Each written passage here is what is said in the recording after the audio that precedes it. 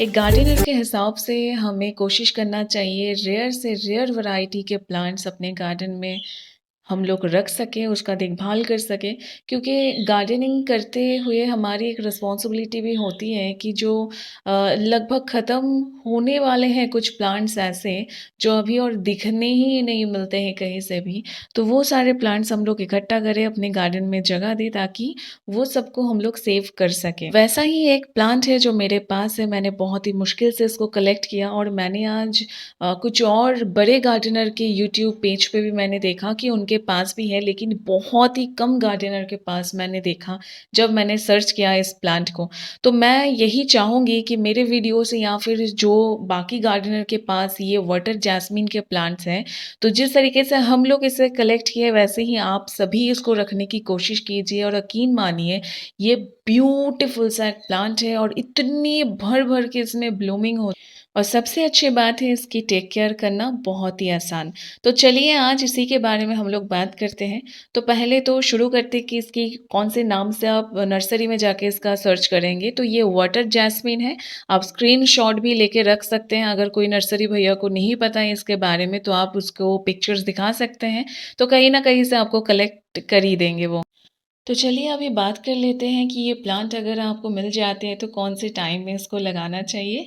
आपको भी पता होगा शायद कि मॉनसून का जो टाइम है, बरसात की जो टाइम होती है, वो मैक्सिमम पौधे लगाने का परफेक्ट टाइम होता है ना?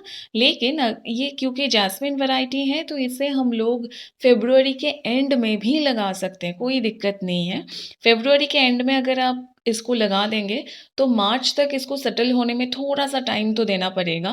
और अप्रैल आते-आते आपको फुल ब्लूमिंग इस प्लांट के ऊपर दिखने को मिल जाएगा।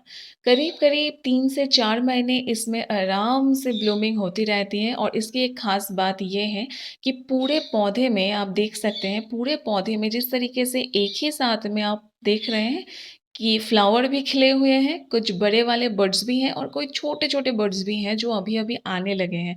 तो इसका एक फ़ायदा क्या है, कुछ ये फ्लावर जो इसका जब टाइम ख़त्म हो जाएगा फ्लावर का, तो वो तो झड़ जाएँगे। फिर जाके दूसरे जो बड़े बड्स देख रहे हैं वो खिलते रहेंगे, फिर छोटे वाले। तो इस तरीके से पूरे 3-4 महीने इस प्लांट पे भर-भर के फ्लावरिंग होती रहती है और इसका जो नज़ारा है वो तो आप देख ही रहे हैं कि इतने अच्छे से ब्लूमिंग आप देखिए, एक ही साथ में फ्लावर भी खिले हुए हैं और इसके नीचे भर-भर के बड्स अभी खिलना बाकी है।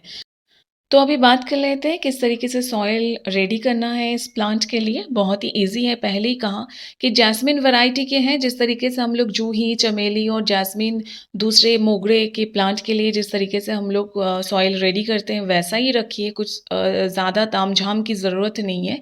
तो सॉइल पे आप 60% अपने गार्डन सॉइल ले लीजिए, 30% काऊ डंग मैन्योर या फिर वर्मी कंपोस्ट वो ले लीजिए और 10% नीम खली पाउडर मिला लीजिए। अगर आपके वहाँ पे सॉइल ठोस हो, ज़्यादा भुरभुरी मिट्टी ना हो तो आप थोड़ा सा सैंड मिला सकते हैं, ठीक है। तो इस तरीके से एक अच्छा सॉइल रेडी कर लीजिए। इतना ध्यान रखिए कि पानी देने से ड्रेनेज होल से वो पानी निकल जाना चाहिए, एक्सेस वाटर जो है, ज़्यादा जो पानी होता है वो निकल जाना चाहिए।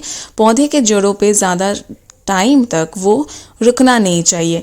ज़्यादा पानी से पौधे की रूट गल सकती हैं, फंगस लग सकता है और पौधा मर भी सकता है। वैसा तो ये सब प्रॉब्लम होता नहीं है क्योंकि मैं 3 साल से इसको देख रही हूँ, तो वैसा कुछ खास प्रॉब्लम नहीं है, लेकिन फिर भी आपको ध्यान रखना है क्योंकि पहले ही बताइए बहुत रेयर प्लांट है।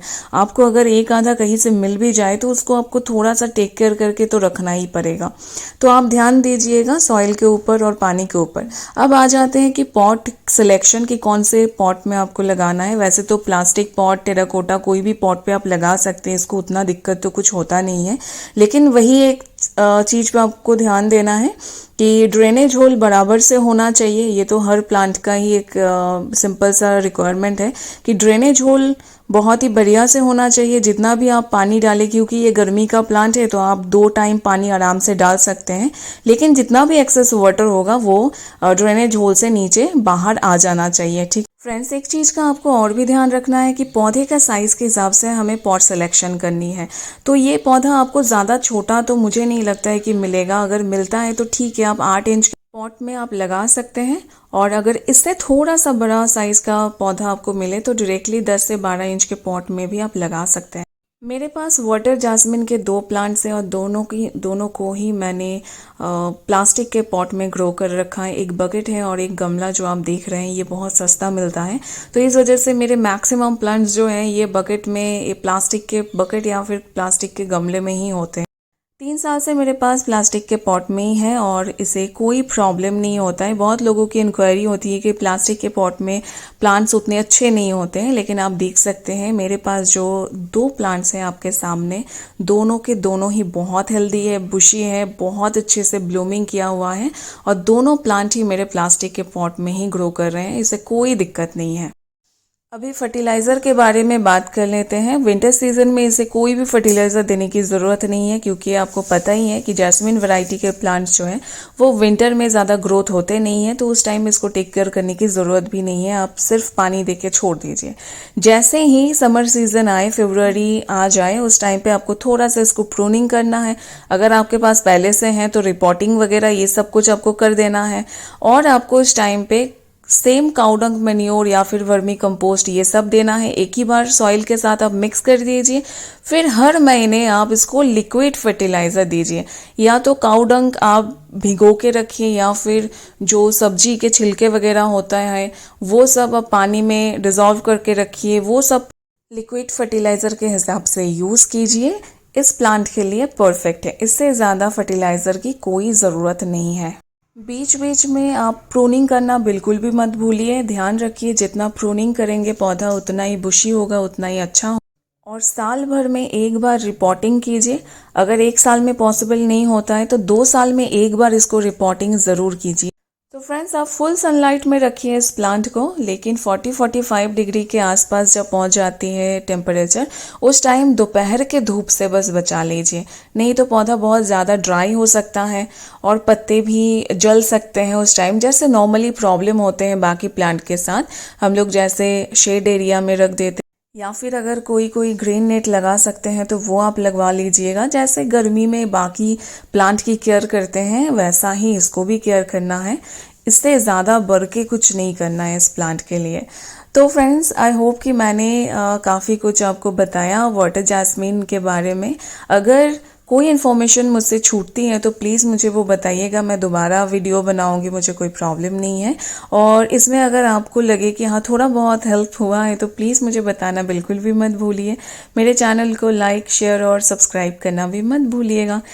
फिर मिलते हैं आपके साथ नए वीडियो और नए इन्फॉर्मेशन के साथ, तब तक टेक केयर, बाय बाय।